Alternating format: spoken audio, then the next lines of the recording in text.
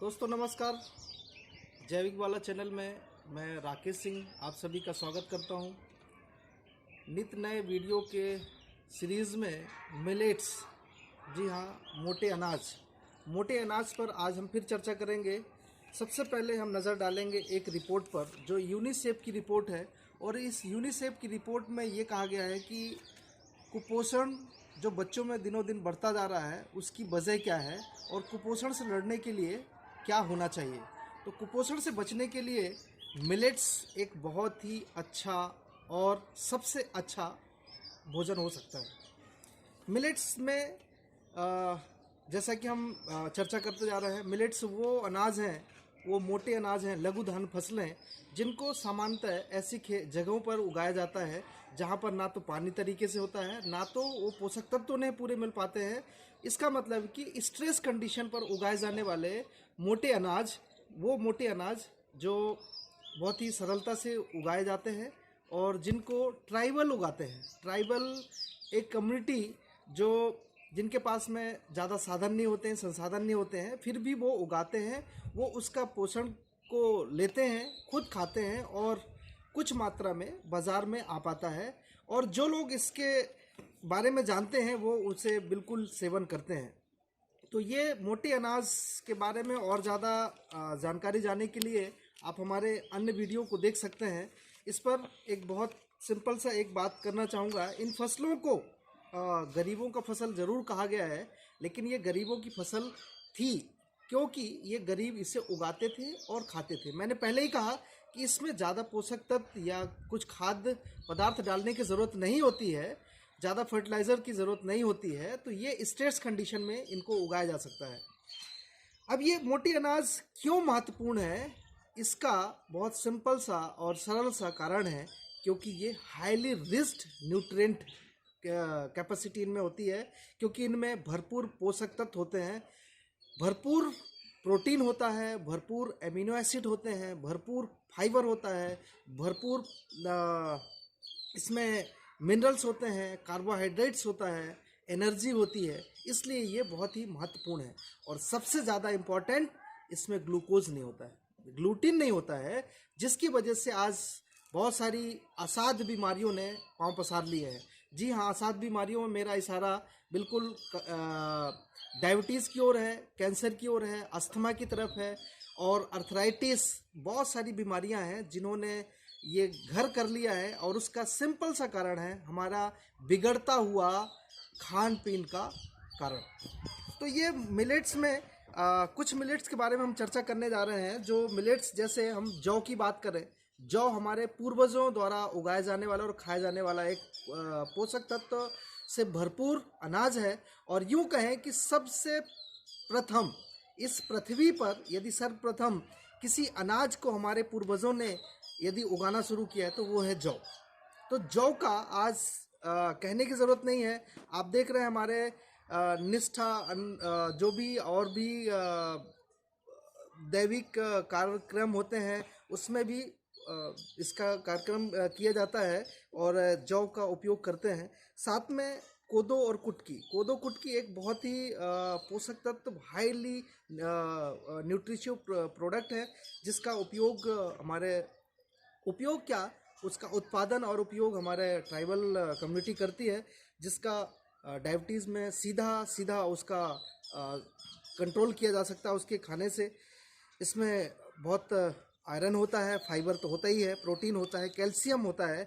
और कैल्शियम का एक और कहें कि इसका एक पर्याय है कैल्शियम का पोषक तत्वों में, भोज्य पदार्थों में, वो है रागी, जिसको मांडिया और कई अन्य नामों से जाना जाता है। तो रागी में कैल्शियम अन्य अनाजों की अपेक्षा सबसे ज़्यादा है, या यूँ कहें कैल्शियम का सबसे अच्छा स्रोत हम दूध को मानते हैं। तो दूध से भी 10 गुना ज़्यादा इसमें कैल्शियम होता है। तो कैल्शियम उन महिलाओं के लिए या उन बच्चों के लिए जिनको अभी ग्रोथ लेना है, या उन महिलाओं के लिए जो गर्भवती हैं, तो उन्हें अपने शारीरिक संरचना इत्यादि के लिए हमें बहुत ज़रूरी है। तो ये रागी बहुत महत्वपूर्ण है। मक्का हो गया, ज्वार हो गया, बाजरा हो गया, इस तरह करके ये अलग अलग जो पोषक तत्व से भरपूर अनाज हैं, इनका सेवन धीरे धीरे ख़त्म हो रहा है।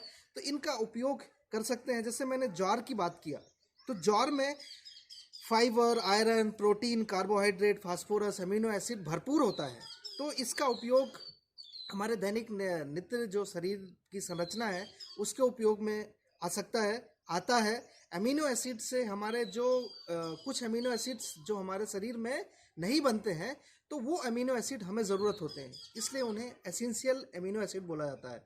तो ऐसे अमीनो एसिड्स इन कोदो, कुटकी, ज्वार, बाजरा, मक्का इत्यादि के माध्यम से हम प्राप्त कर सकते हैं।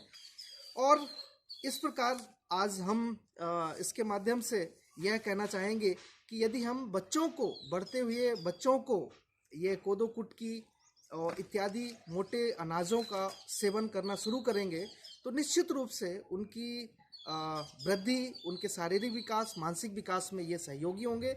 और सबसे ज़्यादा महत्वपूर्ण बात, कोदो, कुटकी, ज्वार, बाजरा, मक्का इत्यादि धीरे धीरे ख़त्म हो रहा है।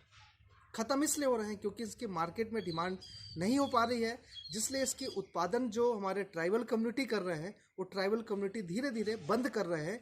चूँकि एक सर्वे के अनुसार यह देखा गया है कि प्रति वर्ष 30 से 40% उत्पादन कम हो रहा है, उत्पादन एरिया घटता जा रहा है। उसका सीधा सा कारण सिर्फ इतना है कि उत्पादन वो सिर्फ अपने लिए करते हैं, बाहर बाज़ार में उन्हें बेचना नहीं है, क्योंकि बाज़ार में उन्हें सही दाम मिलता नहीं है और उत्पादन भी बहुत कम होता है।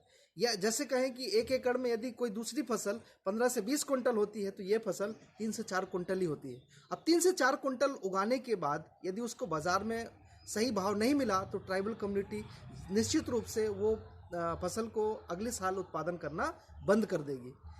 एक बात और कहना चाहूँगा कि कोदो, कुटकी में एक और बहुत महत्वपूर्ण गुण है, इसको हम 200 साल तक स्टोर करके रख सकते हैं। हाँ, 200 साल तक, सही सुना आपने, 200 साल तक इसको स्टोर करके रखा जा सकता है। तो इसी गुण की वजह से जो ट्राइबल हैं उनके पास में कुछ पिछले सालों का उनके पास में स्टॉक होगा, इसलिए वो इस साल या अगले साल थोड़ा कम उत्पादन करेंगे। चूँकि उनके पास पहले से है, उन्हें बेचना है नहीं, तो अपने खाने के लिए उनके पास में पर्याप्त होगा, बेचना है नहीं, तो धीरे धीरे करके इस तरह 30 से 40% हर साल ये उत्पादन एरिया घट रहा है। तो इस उत्पादन एरिया को बढ़ाने के लिए ज़रूरी है कि हम इस हेल्दी डाइट को अपने सेवन में शामिल करें और सेवन करने के साथ साथ इन फैमिली को भी हम सपोर्ट करें। तो दोस्तों, बहुत सारे युवा पीढ़ी आज नए नए स्टार्टअप के माध्यम से ये चीज़ें ला रहे हैं ताकि लोगों को अवेयरनेस आए। और पत्रिकाओं, पेपर के माध्यम से, जैसा कि आप देख सकते हैं कि इस पत्रिका के एक पेपर के माध्यम से यह बताने की कोशिश की गई है कि हेल्दी डाइट में इन्हें शामिल करेंगे तो बीमारियों को कम जगह मिलेगी और आप अपने स्वास्थ्य को, अपने बच्चों को और अपने परिवार को स्वस्थ देख सकेंगे। इन्हीं आशा के साथ हम आशा करेंगे कि आप लोग कोदो, कुटकी, ज्वार, बाजरा, मक्का इत्यादि को अपने डाइट में शामिल करेंगे और इससे बने हुए उत्पादों को भी आप नित्य डेली आपके खान पीन में शामिल कर सकेंगे, जिससे कि आपका, आपके बच्चों का, परिवार का और उन फैमिली का भी सपोर्ट हो सके जो इसको उगाती है।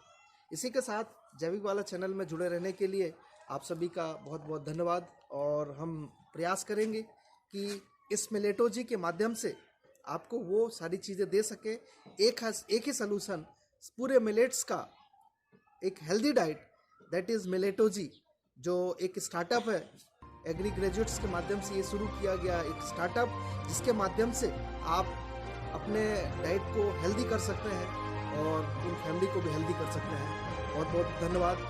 जुड़े रहें, साझा करते रहें, सब्सक्राइब करते रहें और अपने दोस्तों को ज़्यादा से ज़्यादा फॉरवर्ड करें, जिससे कि लोगों को यह पता चले कि हमारा डाइट, हेल्दी डाइट किससे हो सकता है। जैविक वाला चैनल की तरफ से एक बार पुनः धन्यवाद। जय हिंद, जय भारत, जय विज्ञान, जय जवान, जय किसान।